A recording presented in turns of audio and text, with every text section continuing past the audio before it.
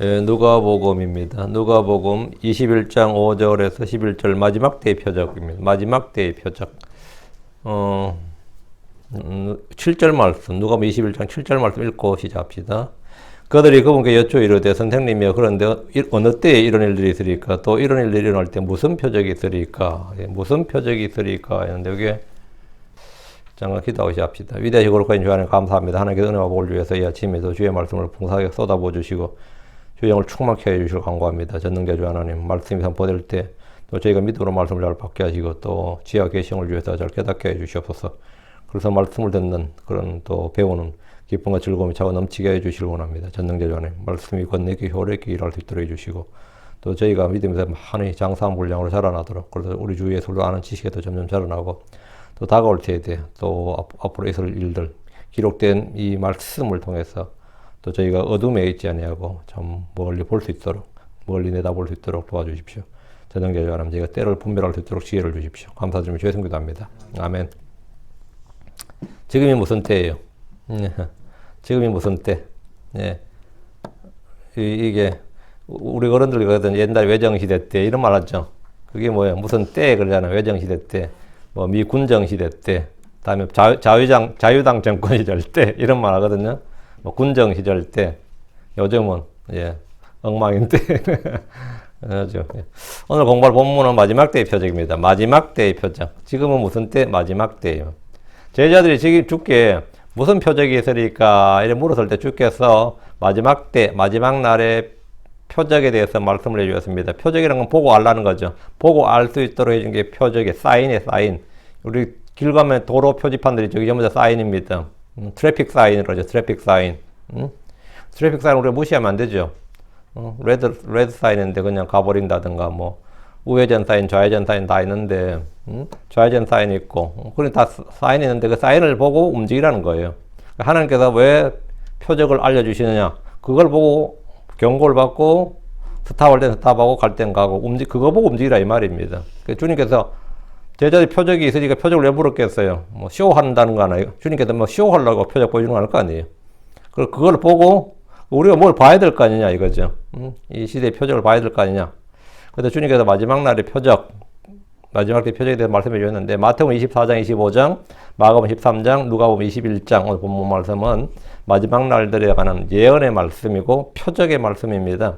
성경에는 다양한 날들이 나옵니다. 하나님의 날들, 구원의 날들, 그리스도의 날, 주의 날. 주의 날은 대환란 때를 언급하기도 하고, 천년왕국이 끝난 후를 말할 때 되는데, 이 둘은 이제 문맥을 통해서 잘 구분해야 됩니다. 베드로후서 3장 10절에 그러나 주의 날이 밤에 도둑같이 오리니 그날에는 하늘들이 큰 소리와 함께 사라지고 원토들이 뜨거운 열에 녹으며 땅과 그 안에 있는 일들로 불태워지리라 했는데 보면 주의 날이 밤에 도둑같이 오리니 하는데 이 문맥을 보니까 천년왕국 후죠. 그날에는 하늘들이 큰 소리와 함께 사라지고 천년왕국 전에 하늘이 사라질 일이 없을 거 아니에요. 그러니까 요거는 요게서 주의 날 할 때 주의 날이 도둑같이 오리니 할 때 주의 날이 밤에 도둑같이 오리니 이랬거든요. 여기서 주의 날, 그날이라고 하는 날은 천년왕국이 끝난 후입니다. 오늘 우리가 다룰 주제는 마지막 날들, 마지막 때입니다. 마지막 때가 언제입니까? 지금입니다.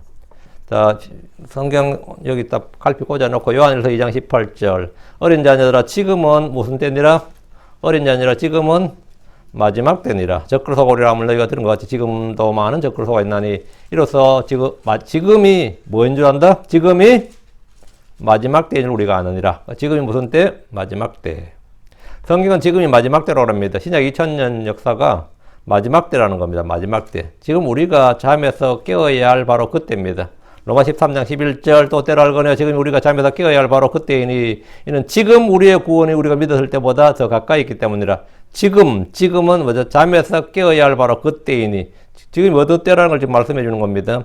지금은 받아주시는 때요 구원의 날입니다. 고린도서 6장 2절 그분께서 이르시되 받아주는 때 내가 내 말로 구원의 날에 내가 너를 구조하였노라 하시니 보라 지금이 받아주신 때요 보라 지금이 구원의 날이로다. 지금은 받아주시는 때. 지금 성경이 말한 걸 잘 들으세요. 지금이 마지막 때고 지금은 깨어나야 될 때고 지금 받아주시는 때 구원의 날. 사도들은 신약 성경을 쓰면서 지금이 마지막 때라고 기록했습니다. 그리고 지금이 구원의 날이고 동시에 마지막 때라고 하는데 계속해서 봅니다. 디모데전서 4장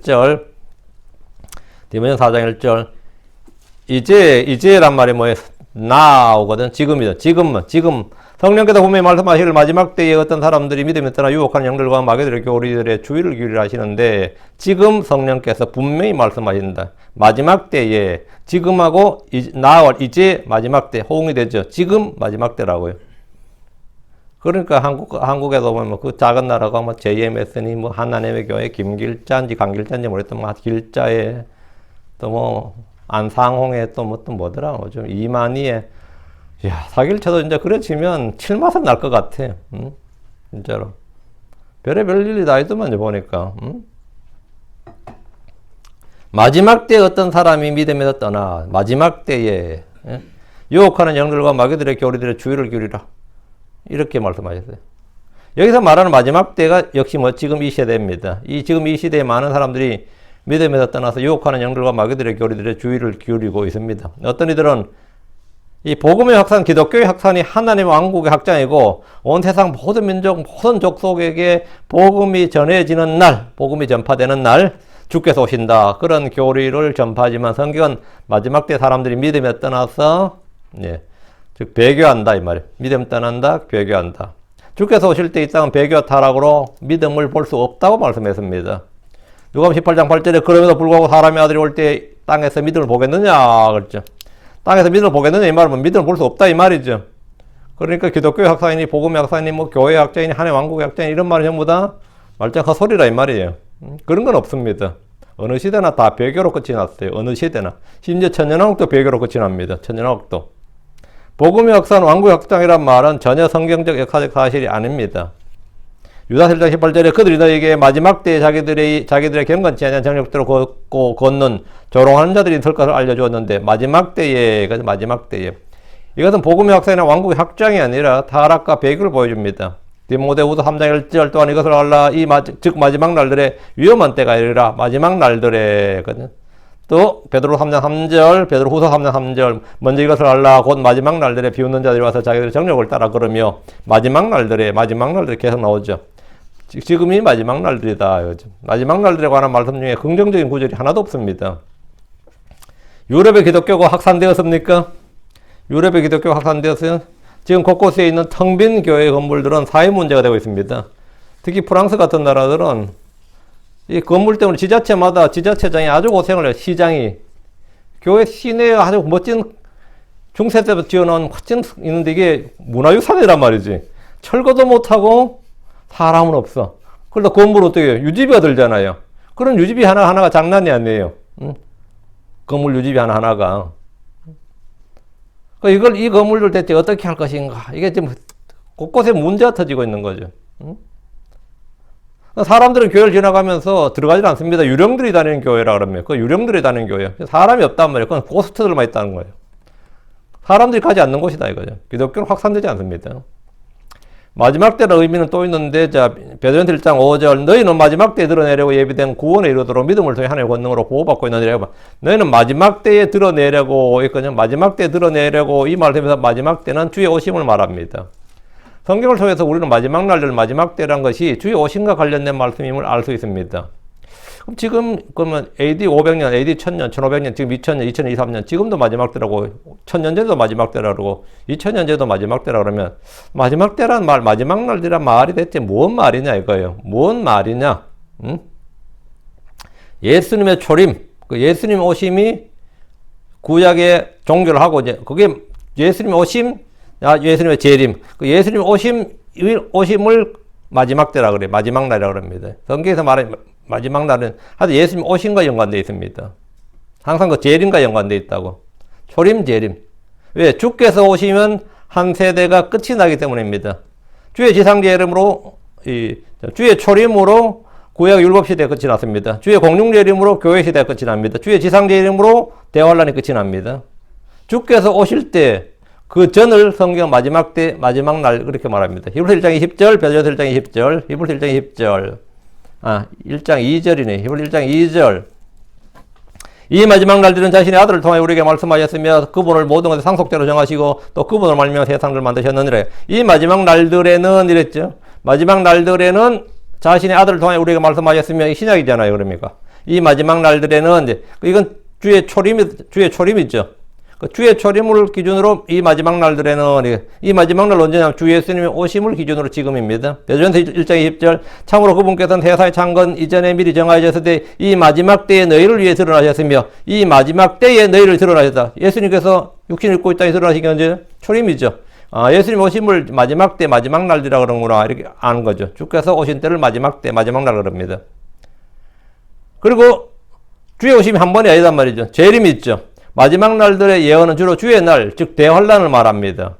창세기 49장 1절에 야곱이 자기 아들들을 불러 이르되 너희는 함께 모이라 마지막 날들에 너희에게 임할 일을 내가 너희에게 이르리니 너희에게 말하리라 하는데 마지막 날들에 너희에게 임할 마지막 날들에게 너희에게 닥칠 일을 내가 너희에게 말하리라 했다면 그 야곱은 죽기 전에 마지막 날들에 이스라엘에게 이스라엘에게 다가올 일들을 예언했는데 그런 주영으로 앞으로 있을 일, 예언이죠. 다가올 일들에 대한 주의 말씀을 선포하면서 이것은 주의 날 대환란에 관한 말씀이에요.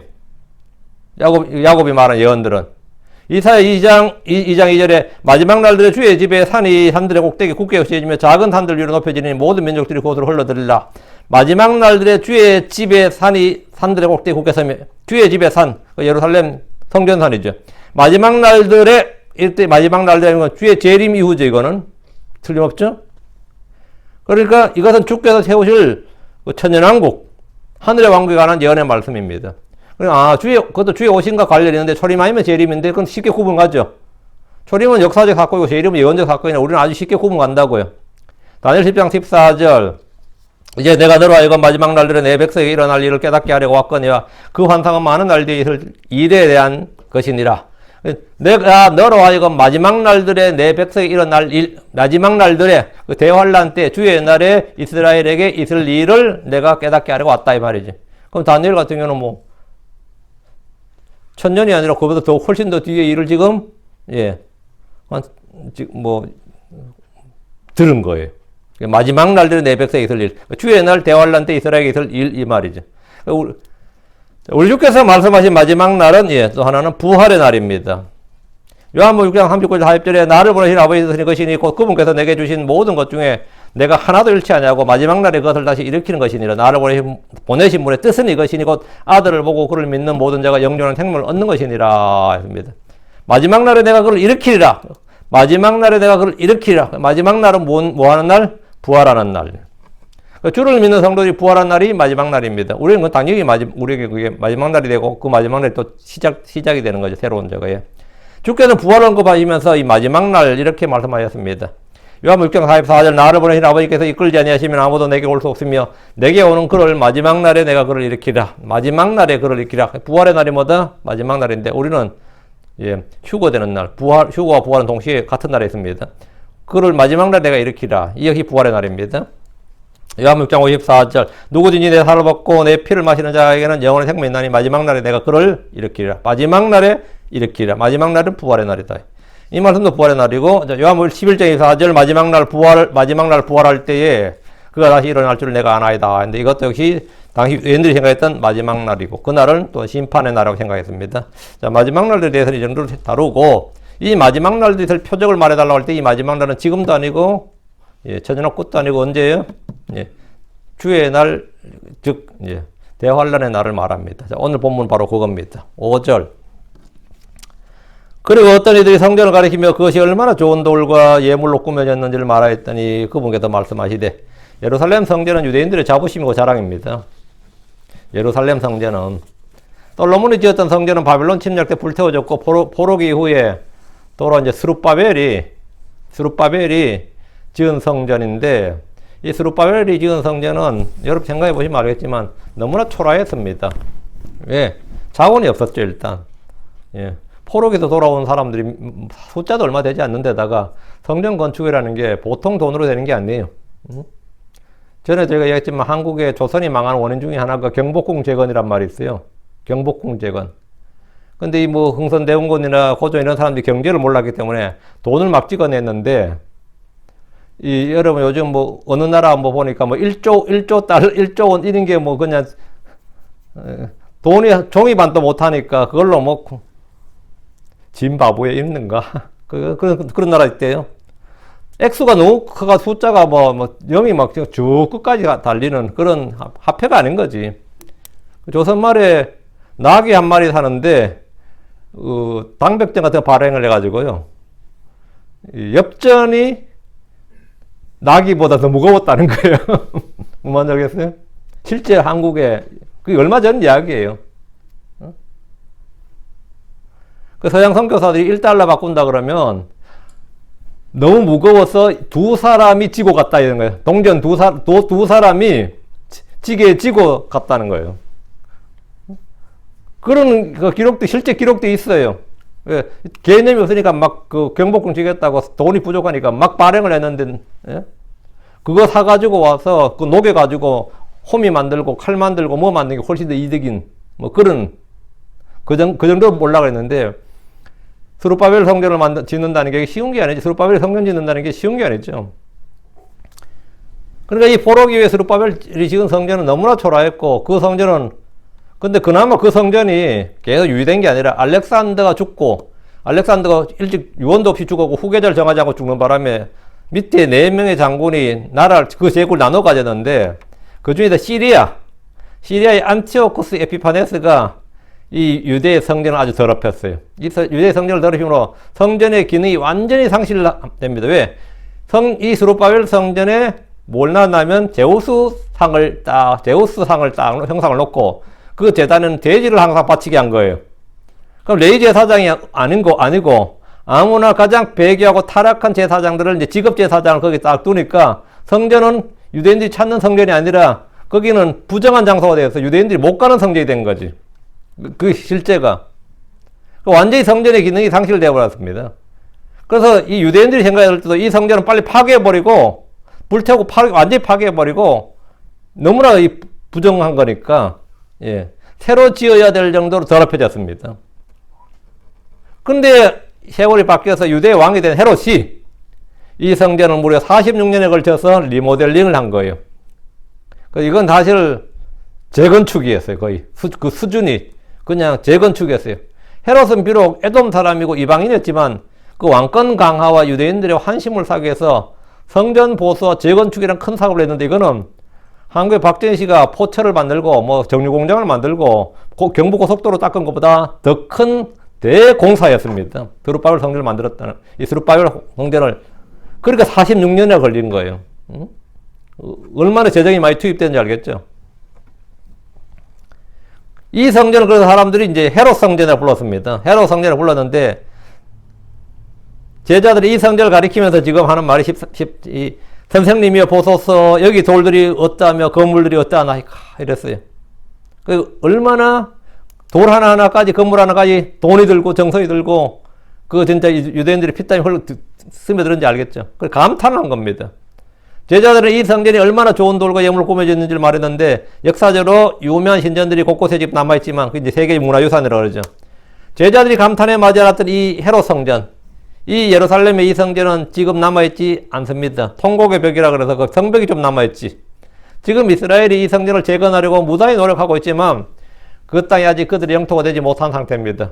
그래서 지금 이 성전을 당장에 지을 수 있도록 모든 재료, 그 돌이나 나무나 이런 걸 전부 다 미국에다 준비를 딱 해놓고 지금 공사할 준비를 하고 있다는데 땅이 회복이 돼야 되는 땅이 없는 거예요, 지금. 수십 년째 지금. 준비는 벌써 수십 년이 끝났는데 제자들이 헤롯 성전에 감탄하며 말하자 주께서 그들이 말씀하셔서 6절 너희가 보는 이것들로 말하건대 날들이 오리니 그날에 돌 하나도 다른 돌 위에 남지 아니할 것이요 무너지지 않는 것이 없으리라. 이건 AD 70년 주후 70년에 로마의 전쟁을 이야기하는 거죠. 너희가 보는 이것들로 말하건대 했는데 제자들이 지금 보고 있는 이 성전들에 대해 말씀하셨습니다. 주님은 성전의 건물이나 크기나 규모나 화려함 돌들에 감탄하는 그들에게 이 성전의 미래를 말씀해 주셨습니다. 날들이 오리니 했는데 역사적으로 볼 때 주께서 말씀하신 날들이 오리니 이 말씀은 AD 70년 로마의 예루살렘 침략의 날을 말합니다. 예언으로 볼 때 이것은 적그리스도의 날, 즉 이 땅에 올 큰 환란을 말합니다. 마태복음 24장 21절에 그때 큰 환란이 있으리니 세상이 시작된 이래로 이때까지 그런 환란이 없었고 이외에도 없으리라. 전무후무한 환란이 온다 이거예요. 주의 날 예루살렘은 영적으로 소돔과 이집트가 됩니다. 그날에 큰 지진이 일어나서 도시가 무너집니다. 그날에 돌 하나도 다른 돌 위에 남지 아니할 것이요 무너지지 않는 것이 없으리라. 역사적으로 적용하면 AD 70년에 있었던 일이고 예언적으로 적용하면 제3성전이라고 하는 이제 지금 건축될 성전이 그날에 이 큰 지진으로 말미암아 완전히 무너지는 걸 말하는 겁니다. 이게 더블 어플리케이션이라 이중적용이라고 합니다. 예. 역사적으로 이 헤롯 성전은 로마의 침략 때 문자 그대로 이 말씀이 성취가 되었습니다. 로마군의 대장이었던 타이투스 장군은 예루살렘 성전의 보존을 계획하고 명령했지만 그 사람도 신전을 무너뜨린 건 자기가 로마 사람도 다 신교였기 때문에 신전을 무너뜨려서 나한테 결코 덕될 게 없다. 거기다 타이투스 장군은 미래의 황제였어요. 내가 로마의 정권을 잡을 황제가 될 사람인데 괜히 여기서 이 신의 분노를 받아가지고 내가 끝장나면 안 되기 때문에 이 밑에 이 부하들에게 가능한 한 예루살렘의 성전을 불태우지 말고 이 보존을 명령을 했는데 이 보물을 차지하려는 군인들의 약탈이 시작되고 이 소문이 일어난 거예요. 예루살렘 성전이 왜? 예루살렘 성전은 유대의 뭐였다? 중앙은행이었다고요. 유대인들의 중앙은행이 예루살렘 성전이니까 거기 돈이 금은보화가 얼마나 많은 거 뭐 말할 필요 없는 거죠. 그러니까 군인들이 그거 차지하려고 그러는데 차지하지 못한 군인들은 열받아 안 받아요? 열받죠. 이게 금이 다겠느냐? 이게 돈이 다겠느냐? 이 유대인 나쁜 놈들이 전부 다 이걸 어디 숨겨놨을 것이다.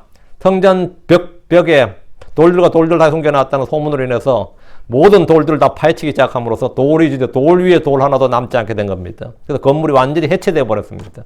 그냥 무너진 게 아니라 이제 완전히 해체가 되어 버려요. 그래서 돌 하나도 다른 돌 위에 남지 않고 무너지지 않는 것이 없었습니다. 이게 역사의 사건이었습니다. 성취가 된 거죠. 근데 이 일은 한 번 더 있습니다. 예. 이건 그러므로 주의 옛날 대화관란 때 한 번 더 있습니다. 7절입니다. 그들이 그분께 여쭈어 말하길 선생님이여 그런데 어느 때 이런 일들이 있으리까 또 이런 일들이 있을 때 무슨 표적이 있으리까 제자들이 깜짝 놀라고 이런 감정 변화에 대해서는 지금 본문에 안 적혀 있어요. 그죠? 근데 돌들이 다른 돌 위에 하나도 남지 않고 무너지지 않는 것이 없다. 이 말은 뭐예요? 예루살렘 성전이 이 정도로 무너진다. 이 말은 유대인의 멸망을 말하는 겁니다. 왜? 유대의 성전이 무너진다. 이 말은 뭐죠? 다른 건 볼 것 없는 거지. 왜? 유대의 성전이라고 해서 유대의 뭐죠? 최후의 방어선이에요. 최후의. 제자들은 주께서 말씀하신 이런 일들이 언제든지 물었고 뭐 당연한 질문입니다. 성전이 무너진다는 말은 예루살렘의 멸망과 유다 민족의 멸망을 말합니다. 예루살렘은 천의 요새로 적들의 공격을 가장 방어하기 쉬운 난공불락의 성이었습니다. 여러분이 지금도 뭐 인터넷이나 뭐로 이렇게 사진을 위성사진 같은 보면 예루살렘이 얼마나 천의 요새인지 알 수 있어요. 사방이 그 산 정상에 대해서 올라가기가 만만치 않아요. 로마군도 상당히 먹었습니다. 로마군도. 여러분이 뭐 로마 AD 70년에 침략해서 그냥 단번에 침략한 것 같죠. 로마가 군단을 계속해서 군대를 증병해서 6년인가 7년 걸렸습니다. 이거 정복하는데. 그 당시 당대 최강의 군대가 역사적으로 예루살렘은 적의 공격으로 완전히 망한 예가 두 번밖에 없습니다. 구약의 바빌론, 신약의 로마예요. 바빌론에서 이제 주전 587년에 완전히 망했고 주 70년에 로마에서 완전히 망했는데 물론 예루살렘은 침공한 외적들이 많았지만 전면전을 벌여서 도시가 완전히 멸망한 것은 이 두 번이 전부였습니다. 거기에 7세기 무슬림들의 공격으로 해서 이제 무슬림들이 예루살렘을 차지한 적이 있죠. 그 정복됐고 십자군 전쟁으로 유럽에서 이제 이 성지를 탈환하자 해가지고 한번 탈환한 적이 있지만 예루살렘이 망한 것은 아니에요. 제자들은 주 앞에서 주께서 말씀하신 예루살렘의 멸망이 어느 때에 있을지 물었습니다. 그리고 그런 일이 있다면 무슨 표적이 있는지를 물었는데 이것은 마지막 날들의 표적을 물은 겁니다. 8절 예, 그분께서 말씀하시되 너희가 속지 않도록 주의하라. 이는 많은 사람이 내 이름 와서 내가 그리스도라 말하며 또 때가 가까이 왔다리라. 그러므로 너희는 그들을 따라가지 말라. 마지막 날들이 있을 표적입니다. 여기서 많은 성경 주석가들 또 설교자들이 오류를 범하는데 주 70년에 로마의 침공과 예루살렘 멸망이라 역사적 사건으로 이 말씀은 그냥 그것을 적용하고 해석하고 그것을 끝난 걸로 하면 이건 역사적 사건이죠. 8절부터 주님이 말씀하신 건 주의 날, 즉 대환란에 대한 것으로 주 70년의 로마 침략, 예루살렘 멸망에 관한 말씀이 아닙니다. 마태복음 24장, 25장과 마가복음 13장 그리고 본문은 모두 주의 날을 다루고 있습니다. 너희가 속지 않도록 주의하라. 마귀는 속이는 자입니다. 마귀는 거짓시합입니다. 거짓된 자들 있죠. 거짓된 자들은 속이는 자들입니다. 주께서 마태복음 7장 15절에 거짓된 자들을 조심하라. 그들은 양의 옷을 입고 너희에게 나오나 속은 약탈은 1인이라. 거짓된 자들을 조심하라. 그러잖아요. 그들은 양의 옷을 입고 너희가 나온다고요. 속은 약탈한 일이다 했습니다. 마태복음 24장 11절 12절 많은 거짓된 자가 일어나 많은 사람들을 속이며 불법의 성향으로 많은 사람의 사랑이 식어지리라 했습니다. 지금도 거짓 교사, 거짓 목사, 거짓 유대인, 거짓 형제들이 많지만 그날에는 거짓된 자들이 많이 일어납니다. 특징은 이들이 그냥 말빨로 먹고 사는 게 아니에요. 표적들을 행한다는 겁니다. 그럼 권능 있는 목사가 되는 거예요. 권능 있는. 표적을 행할 줄 알아야 돼. 표적을 행할 줄 알아야지, 그 사람이 하는 게 통한다고. 뭐 병을 고치든지 뭘 하든지 하는. 특히 뭐 병 고침이 좋지. 잘 먹혀져. 마태복음 24절 거짓 그리스도들과 거짓 대언자들이 일어나 큰 표적들과 이적들을 보여 할 수만 있다면 바로 그 선택받은 자들을 썩이리라. 거짓 그리스도들과 거짓 대언자들이 일어나 했죠. 썩인다고. 뭘로 속인다는 거예요? 표적들과 이적들을 보여 속인다. 표적들과 이적들을 보여. 그러니까 여러분이 표적이나 이적이 전부 다 주께로 성령의 역사가 아닙니다. 누가 표적을 행한다 그러면 그게 다 성령의 역사가 아니에요. 내가 수많은 병자를 고쳤다. 그게 다 성령의 역사가 아니라고. 물론 그 당사자는 성령의 권능으로 고친다고 주장할 수 있고 그 사람도 평생 동안 자기는 성령의 그 은사를 받아서 하는 일을 생각할 수 있는데 진짜 불법을 행하는 자들아 이래버리면 어떻게 되는 거예요? 그것만큼 황당한 일이 없어요. 그보다 더 황당한 일이 없어요. 유혹하리라 속이리라 이 나오죠. 마가복음 13장 22절에도 거짓 그리스도와 거짓 대언자들이 일어나 표적들과 이적들을 보여 할 수만 있으면 선택받은 자들도 유혹하리라 속이리라. 우리 요한계시록에서 거짓 대언자가 행하는 일을 볼 수 있습니다. 짐승의 형상을 세우고 경배하게 합니다. 땅의 사람들 속에서 전능자의 큰 날에 주를 대적하여 전쟁하게 합니다. 다시 8절. 이는 많은 사람이 내 이름으로 와서 내가 그리스도라 말하며 또 때가 가까이 왔다 하리라. 그러므로 너희는 그들을 따라가지 말라. 그날에 일어날 표적 중에 하나가 많은 거짓 그리스도의 출현입니다. 이는 많은 사람이 내 이름으로 와서 그랬죠. 주 70년 유대인들은 주 예수를 믿지 않았기 때문에 예수의 이름, 그리스도의 이름으로 와서 내가 그리스도라 하는 이들이 거의 없었습니다. 만약 예루살렘 주 70년에 로마 전쟁할 때 유대인 중 누가 나는 그리스도라 나를 따르라 그러면 누가 따라요? 그때 그리스도는 유대인들에게 저주받은 자였습니다. 지금도 누가 유대인들한테 나는 그리스도라 그러면 그건 뭐 말도 안 되는, 난 예수다 그러면 말도 안 되는 이야기예요. 이건 마지막 날에 있을 이야기입니다. 이거는 주의 날이 있을 이야기예요. 주 7년 여러분 상상을 해봤어요. 누가 예수 믿고 속는 사람, 유대인들 예수 믿고 속는 사람이 있는지. 그런 건 그다지 있을 수가 없어요. 예수 믿는 사람들은 다 쫓겨났고, 그거 예루살렘에 있을 수가 없다고. 대환란 때 있을 일이에요. 그날에 짐승은 자신을 그리스도로 가정하고 하나님처럼 높여 자신이 경배를 받을 겁니다. 그는 죄의 사람이고 멸망의 아들이지만 내가 그리스도로 할 겁니다. 그러나 유대인들은 초림 때 주 예수를 배척했듯이 그날에 그리스도를 자처하는 그를 배척해야 됩니다. 초림 때 배척한 건 잘못한 거고 이때 주의 날에 받아들이면 그것도 잘못한 거예요. 잘해 한번 배척했으면 이때도 배척해야 돼요. 이때도 배척해야 됩니다. 너희는 그들을 따라가지 말라. 이 말은 용과 짐승 거짓 대언자를 따라가지 말라는 겁니다. 그리고 짐승의 형상에 경배하는 자들을 따르지 말라는 겁니다. 모두가 바알에게 경배할 때 그에게 무릎 꿇지 않았던 7,000명의 남은 자들이 있었던 것처럼 모두가 느부갓네살이 세운 금신상에 절을 할 때 절하지 않는 3명의 남은 자가 있었다 말이죠. 미사엘, 하냐냐, 미사엘, 아사랴죠. 하냐냐, 미사엘, 아사랴처럼 그들은 거짓 그리스도 거짓 대언자를 따르지 않아야 됩니다. 절대로 절대로 따르지 말아야 됩니다. 9절입니다. 그러나 너희가 전쟁들과 난리들에 대하여 들을 때 무서워하지 말라. 실로 이런 일들은 반드시 먼저 일어나리라. 그러나 당장 끝은 아니니라. 너희가 전쟁들과 난리들에 대해 들을 때, 너희가 전쟁들과 반드시 먼저 이런 일은 반드시 먼저 일어나라. 그러나 당장 끝은 아니다. 그 전쟁과 전쟁의 소문이 온 세상에 들려오는 겁니다. 주 70년 로마의 예루살렘의 전쟁. 로마와 예루살렘의 전쟁은 이제 66년부터 시작이 되었어요. 66년에 예루살렘에서 먼저 이제 반란이 일어났죠. 먼저 시작이 된 건데 예루살렘에서 로마군을 먼저 급습을 한 거예요. 기습 작전으로. 근데 뭐 로마가 그 호락호락 당하고 있을 적이 아니죠. 마치 일본이 뭐 미국 진주만 공격하듯이 그런 식으로 급습을 했는데 이게 참 철딱선이 없는 짓이에요. 자기들의 민족적 감정과 분노를 채우기 위해서 물론 그렇게 했겠지만 그 일은 그들의 진짜 그들 온 민족이 작살이 난 사건이지. 66년부터 시작되어서 73년 또는 74년 걸쳐서 이제 74년에 마사다 전투라 그래가지고 유대인들이 그 마지막 전투입니다. 다 자살하고 한 명 살아남은 그 자살 사건이 참 무서운 사건이었죠. 뽑아가지고 먼저 죽이고 지휘관들은 또 5명 남았는데 1명이 남아서 나머지 4명을 죽이고 마지막 1명은 자기가 자살하는 그런 식으로 해서 다 죽었는데 근데 그 중에서 1명이 살아남은 거예요. 그 숨어 있었던 1명이 살아남았는데 지금도 이스라엘의 그 육군사관학교 마지막 그 훈련 과정이 그 마사다에 올라가서 그 결의하는 걸로 훈련 과정이 끝난다 그래요. 다시는 이런 비극이 발생하지 않도록. 하여튼 그게 이제 그 전투로 이제 로마와의 전투, 그날 전멸함으로써 한 명 살아나고 다 죽었다며. 그리고 전쟁이 끝났는데, 지금 주께서 말씀하신 전쟁과 난리들은 그 전쟁을 말하지 않습니다. 로마가 그 힘이 있을 때는 전쟁이 그렇게 많지 않았어요. 제국이 완전한 힘을 갖추면 세상은 평화로워집니다. 무슨 말이겠죠? 그 진시황제 이전에 중국은 너무 시끄러웠어요. 근데 진나라의 시황제가 천하를 통일해버리니까 어떻게 된 거죠? 중국은 잠잠해졌다고. 그 힘이 있는 어떤 나라가 질서를 잡기 시작하면 세상은 전쟁과 전쟁이 아니라 조용해진다 말이죠.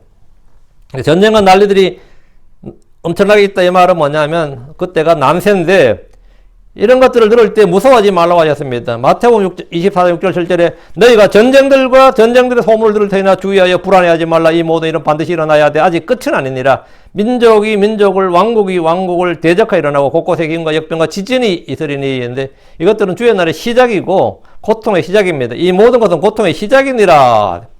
그럼 여기서 교회가 어디 있습니까? 이때 환난전 휴거를 믿는 이들은 이런 일이 있기 전에 교회가 하늘로 들림받는다고 믿습니다. 환난 통과론을 믿는 사람들은 교회가 바로 이런 때에 믿음을 굳게 지키고 환난을 잘 통과해야 된다. 끝까지 감당해야 된다. 끝까지 견디는 자는 구원을 받아야 이렇게 믿습니다.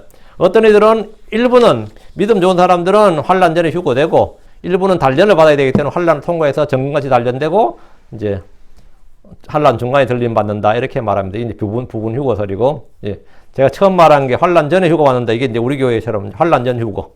이제 다음 환난을 통과한다. 이렇게 믿는 사람도 포스트죠. 환란을 통과, 환란이 끝나고, 또 아니면 환란 중간에, 이 견해가 다 다른데, 교회는 환란 전에, 이스라엘은 환란을 통과합니다. 교회는 환란 전에 들림받고, 이스라엘은 환란을 통과합니다. 주께서 실로 이런 일들이 반드시 먼저 일어나리라, 그러나 당장 끝은 아니니라 하셨는데, 주의 날에 대한 예언의 말씀은 구약의 핵심 주제 중에 하나고, 이것들은 반드시 먼저 일어난다. 먼저가 언제냐고요. 주의 재림 그리스도의 왕국 이스라엘 회복보다 먼저 일어날 일이다 이 말입니다. 이런 일이 없이는 이제 주의 재림이 없다 이거예요. 주의 재림보다 먼저 그리스도의 왕국보다 먼저 이스라엘 회복보다 먼저 이런 일이 일어난다고. 먼저란 말은 바로 그 뜻이에요. 어느 시대나 전쟁이 있었지만 주의 날이 오기 전에 이 세상은 민족들과 민족들의 전쟁이 이전과 비교할 수 없을 정도로 늘어날 겁니다. 이것이 마지막 날들 즉 주의 날이 오는 표적입니다. 10절 그때 그분께서 그들에게 말씀하시되 민족이 민족을 왕국이 왕국을 대적하여 일어나리라. 전쟁이 곳곳에 일어난단 말이에요. 제국이 세계를 지배할 때는 전쟁이 거의 없습니다. 바빌론 제국이 딱 지배했을 때 바빌론 제국이 힘이 있을 때는 전쟁이 없어요. 힘이 있는 왕국이 다른 왕국들, 민족들 통제할 수 있기 때문입니다. 그러나 그런 제국의 힘이 빠질 때 뭐가 일어나죠? 다른 세력이 일어나서 전쟁이 나는 거예요. 그래서 분열이 일어나고 그 민족들과 왕국들이 전쟁을 벌이게 됩니다. 로마가 힘이 있을 때를 팍스 로마나 들어보셨죠? 팍스 로마나. 로마에 의한 평화란 말이에요. 평화를 누렸습니다. 세계 질서는 힘 있는 나라들이 그 힘을 유지할 때 평화로 나타납니다. 미국과 소련이 미소 양강 체계가 형성될 때 어느 나라의 전쟁이든지 이 두 나라의 외무부 장관이 만나면 해결됐어요. 그렇죠? 미소 양강 체계일 때는 이게 국제 질서라는 것이 미국과 소련이었다고.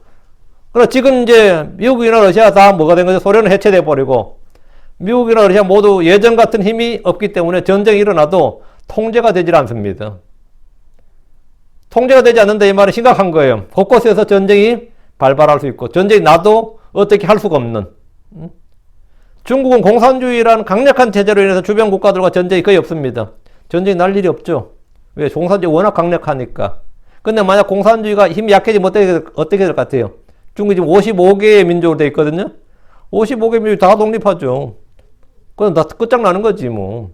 전쟁과 분쟁이 일어날 겁니다. 왜 그렇게 악독한 진짜 독재자인 마오쩌둥을 중국 사람이 그렇게 화폐에 다 집어넣고 존경한다고 우리 이해 안 됐죠? 혼란을 막아준 거예요. 그거 하나는 다 인정하는 겁니다. 중국의 혼란을 막아줬다는 거예요. 통일을 함으로써 혼란을 막아줬다. 그리고 통일국가를 유지시켜줬다는 거. 힘이 있으면 평화로워요. 물론 이제 그 평화를 유지하기 위해서 엄청나게 압제도 하고 있기 때문에 그 받는 소수민족들은 또 엄청나게 고통스럽겠지만 이 전체적으로 봤을 땐 그렇다고. 전체적으로 때는. 마지막 때의 표적이 바로 민족이 민족을 왕국이 왕국을 대적한다. 이 말은 뭐죠? 전쟁인데 이것은 누구도 막을 수가 없고 해결할 수가 없습니다. 이거 막고 이거 해결하면 그놈이 바로 뭐가 되는 메시아로 추앙받는 거예요. 그게 바로 짐승입니다. 적그리스도입니다. 세계 단일 정치체계, 단일 경제체계, 단일 종교체계를 만드는데 슈퍼스타 되는 거죠. 11절입니다. 그리고 곳곳에 큰 지진과 기근과 역병이 있을 것이요 또 두려운 광경과 큰 표적들이 하늘로부터 있으리라. 큰 지진과 기근과 역병은 마지막 때의 표적입니다. 지진은 땅의 상태를 나타내는 표적으로 마치 임산부가 아이를 낳기 전에 오는 한통과 같습니다. 왜 주님께서 지진, 기근, 역병을 이걸 표적으로 주실 것 같아요? 믿는 자 믿지 않는 자가 다 알 수 있는 사건이기 때문입니다. 이건 신문이나 뉴스에 다 나올 수 있는 사건이에요. 누구나 인정할 수 있는 사건이에요. 지진이란 것은 잦은 땅의 상태를 가장 잘 표현해 주는 거예요. 산통과 같은 거라고. 분만 초기에는 산통이 상대적으로 약하고 간격이 길지만 출산이 진행됨에 따라 산통은 점점 강해지고 간격은 짧아집니다. 마찬가지로 지진의 강도와 횟수를 통해서 우리에게 주의 날이 가까이 옴을 알려줍니다. 예전에도 지진이 있었죠. 그러나 가끔 있었는데 언제부터 2000년대 들어서는 지진이 세계 곳곳에 너무나 강력한 지진이 일어나는 거예요. 전부 다 진도 7이 넘는 2001년에 구자리트 지진, 인도. 2004년에 인도양 지진, 쓰나미가 있었어요. 진도 9.1이었습니다. 2005년에 캐슈미르 지진, 파키스탄과 인도 접경이죠. 진도가 7.66이었고 그 지역을 초토화시켰습니다. 2008년에 스촨성 지진, 기억나요? 중국에 있었죠. 진도가 7.9였고 2010년에 IT 지진 7.0이다. IT가 폐허가 됐습니다. 2010년에 칠레 지진, 2011년에는 동북일본 지역에 쓰나미가 있어가지고 그때 또 지금까지 고생하고 있습니다. 2015년 네팔 지진이 일었고 2017년은 시아페스 지진 멕시코에서 8.2였어요. 2018년은 술라웨시 지진과 쓰나미가 있었습니다. 2020년에는 자그레브 지진이 크로아티아에서 발생했고 이것도 뉴스에 계속 나왔던 거죠. 2021년에 IT 지진이 있었는데 최근에는 터키라고 그래요. 튀르키예 지진인데 진도 7.8이었습니다. 시리아까지 다 해가지고 사망자 수가 4만 명에 달하는데 집계가 불가능해서 지금 집계 수를 중단해 버렸습니다. 3만 8천 몇 명 나오니까 그냥 집계 중단해 버렸어요. 근데 이런 지진이 전 세계적으로 전부 주목을 받는 큰 지진, 전부 다 진도가 7, 8, 9 되는 지진 말이에요. 이게 지금 계속 일어나고 있습니다. 요즘은 한번 일어나면 빅원이에요. 다 큰 지진들이요. 이게 뭘 나타내는 것 같아요? 우리는 앞으로 이런 일을 더 자주 볼 겁니다. 이건 불신자들도 다 아는 이야기, 다 볼 수 있는, 하나님께서 온 세상에 주는 표적이라고, 신자들에게만 은밀하게 보여주는 표적이 아니고 온 세상에 보여주는 표적이라고. 이런 일은 주께서 말씀해 주신 강력한 표적으로 어떤 개인적인 환상이나 체험이나 꿈이나 느낌보다 객관적인 데이터입니다. 객관적인 자료라고. 내가 제 꿈에 꾸었는데 주님 곧 오실 것 같아. 이거보다 튀르키예 지진이 훨씬 더 강력한 뭐라고요? 사인이라고요. 튀르키예 지진을 보면서 물론 그 비극에 대해서 우리가 전부 다 뭐 이제 슬픈 일인데 한편으로는 정말 주님 오실 날이 가깝고 잘하면 내가 더 늙기 전에 올 수도 있겠구나 이런 큰 소망이 생기더라고 솔직히. 이번 튀르키예 지진을 보면서 또 조만간에 또 그런 지진이 어디서 터지고 하면 진짜 이건 진짜 가깝다. 그러다가 역병이 있을 것이요 그러잖아요. 역병이 뭐죠? 전염병입니다. 의학의 발전과 백신의 개발과 보건시설의 개선으로 인해서 전염병은 더 이상 없을 것이라고 의학들이 확신했고 낙관했지만 역사적 사실은 전혀 다릅니다. 실제 사실은 1918년에 스페인 독감으로 약 5천만 명 이상의 사람들이 사망했고 최근의 전염병만 해도 1980년 후반에는 에이즈가 전 세계적인 위기상황을 초래했고 2002년에는 사르스가 아시아에서 발생했고 2014년은 서아프리카에 에볼라 바이러스가 대유행을 일으켰고 2019년부터 현재까지는 코로나 바이러스 감염증으로 대유행이라고 하죠. 팬데믹. 전 세계적인 위기상황을 초래하고 있습니다. 이제는 아무도 더 이상 전 세계적인 전염병이 없을 것이라고 말하지 못합니다. 누구도. 그리고 어떤 의학자도 어떤 질병 관리, 질병 하는 사람들도 전염병이 없을 것이다. 전염병 극복했다. 이런 말은 이제 쑥 들어가 버렸던 거죠. 언제든지 전염병이 일어날 수 있고 더 대규모로 일어날 수 있다. 이런 말이 이제 나오는데 이건 성경 말씀이에요. 앞으로 더 큰 위기가 있을 것이라는 예측이 많습니다. 기근도 지진, 역병같이 마지막 날들의 표적입니다. 요즘 가장 떠오르는 뉴스가 기후변화입니다. 기후변화, 전쟁, 역병은 필연적으로 뭘 낳는다? 기근을 낳습니다. 어쩔 수 없는 거죠. 전쟁 난 당연히 기근이 있는 거고, 전염병이면 당연히 기근이 있는 거죠.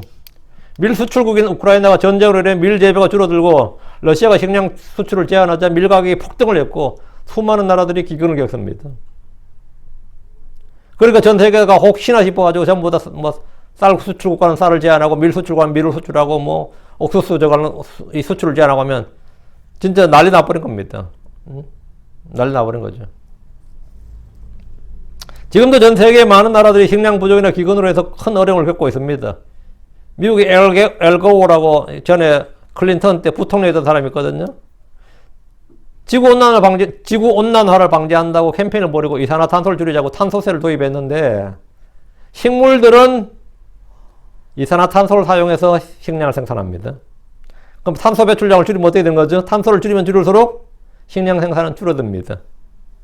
앞으로 하루 종일 일해도 빵 한 조각 사기 어려운 그런 시대, 대기근의 시대가 올 겁니다. 이건 뭐 틀림없는 이야기입니다. 그러면 뭘 알 수 있는 거죠? 네. 주의 날이 가까이 왔다는 걸 알 수 있습니다. 다시 11절입니다. 또 두려운 광경과 큰 표적들이 하늘로부터 있으리라. 땅에만 있는 게 아니다. 하늘로부터 있으리라. 하늘로부터. 두려운 광경 큰 표적들이 하늘로부터 있다는 것은 평소 우리가 보지 못했고 알지 못했던 현상들이 누구나 볼 수 있게 하늘에 나타난다는 말인데 계시록 6장 12, 13절에 있습니다. 그분께서 여섯째 봉인을 여신 뒤에 내가 보니 보라 큰 지진이 나며 해는 머리털로 짠 상복같이 검게 되고 다른 피같이 되며 하늘의 별들은 무화과나 무화 강풍에 흔들릴 때 설익은 무화과가 떨어지는 같이 땅에 떨어지고 이런 일을 보게 된다면 놀라지 않을 사람이 없을 겁니다.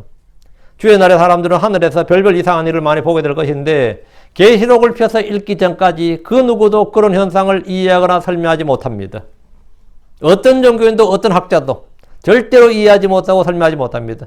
거의 대부분의 신학자들이나 설교자들이 계시록에 이 기록된 말씀을 묵시문화이고 상상과 비유라고 하면서 읽어도 알 수 없다, 실제가 아니라고 했던 것들이 문자 그대로 하늘과 땅에서 일어난 것을 보게 될 겁니다. 그들은 온몸으로 체험하게 될 겁니다. 그것이 결코 묵시문학도 아니었고 상상도 아니었고 비유도 아니었고 상징도 아니었다. 이건 실제 문자 그대로 사실이었다는 것을 그날에 다 알게 될 겁니다.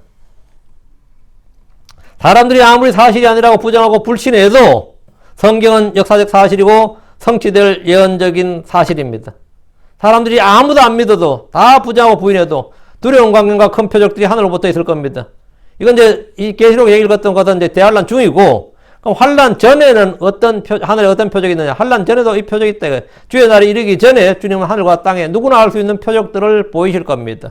요엘 3장 30절 31절에 하늘과 땅에서 이적들을 보이리니 곧 피와 불과 연기 기둥들이라. 크고 두려운 주의 날이 이르기 전에 대환란 전에 해가 변하여 어두움이 되고 달이 변하여 피가 되려니와.